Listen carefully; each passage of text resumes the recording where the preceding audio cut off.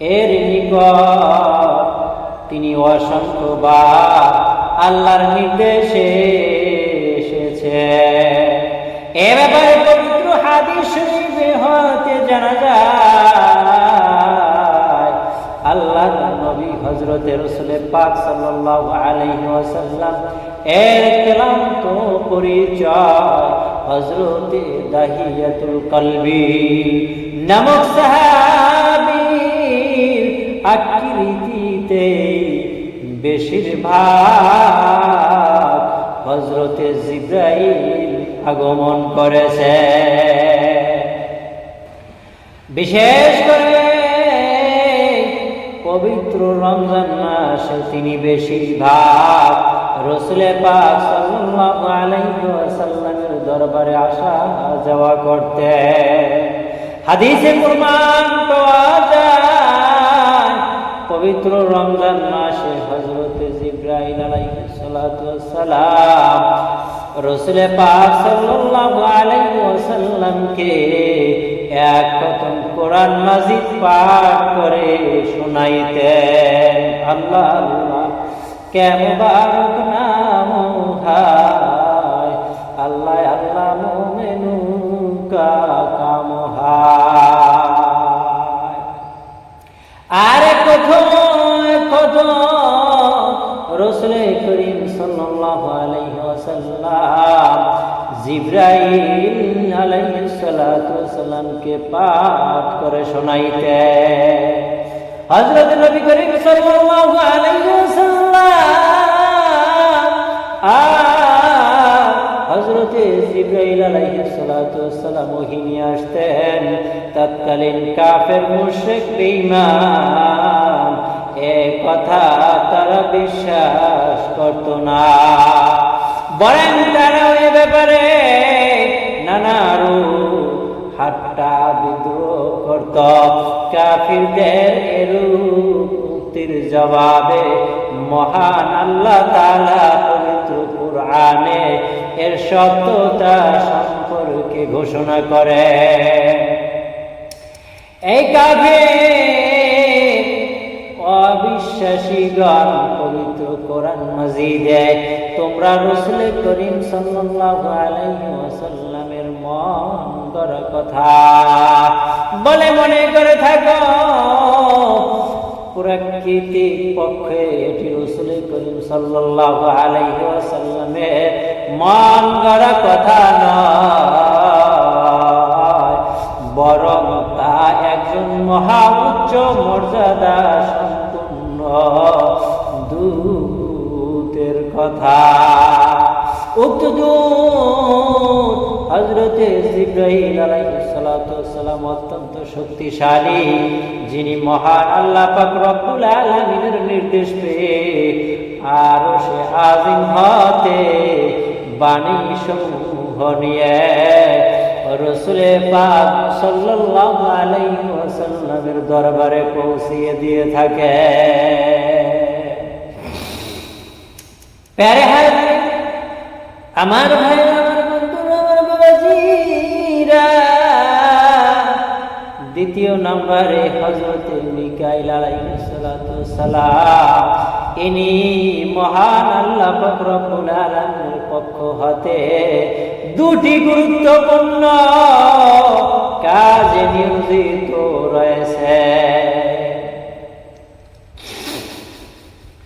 জিবরাইল আলাইহিস সালাতু ওয়াস সালাম, হযরত মিকাইল আলাইহিস সালাতু ওয়াস সালাম, ইনি আল্লাহ পাক রব্বুল আলামিনের দুটি গুরুত্বপূর্ণ কাজে নিয়োজিত আছেন।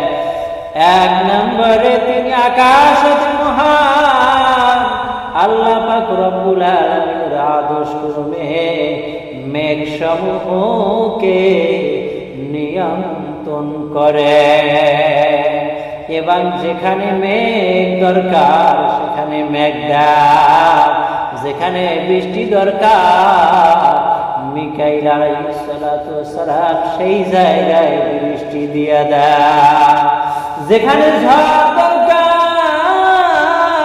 সেখানে মিকাইল আলাইহিস সালাতু ওয়াস সালাম ঝড় দিয়ে দেয়। ইত্যাদি হওয়া দরকার। মহান আল্লাহ পাক রব্বুল আলামিনের নির্দেশে সে কাজ সমাধান করে দেয়। মহান আল্লাহ পাক রব্বুল আলামিন কৃতজ্ঞতা নির্ধারিত রিজিক সমূহ সৃষ্টি জীবের মধ্যে বন্টন করে থাকে। মিকাইল আলাইহিস সালাম রিজিক গুলো বন্টন করে থাকে। আপনার আমার আজকে দুপুরে রিজিকে কোন খাবার আছে, এই খাবারের তালিকা অনুসারে আপনার আমার জন্য মিকাইল আলাইহিস সালাম রিজিক বন্টন করে থাকে। আর আপনার আমার নসিবে যদি রিজিক না থাকে তাহলে আপনার আমার নসিবে রিজিক জোটে না, দুনিয়া ছেড়ে বিদায় নিতে হয়। ভাইরা বন্ধুরা বাবাজিরা, 3 নম্বরে হযরতে আজরাইল আলাইহিস সালাতু সালাম। আজরাইল আলাইহিস সালাতু সালাম মহান আল্লাহ পাক রব্বুল আলামিনের পক্ষ হতে আদৃষ্ট হয়ে যাবতীয় সৃষ্টিকুলে রূহ কবজ করার দায়িত্ব নিয়োজিত আছেন।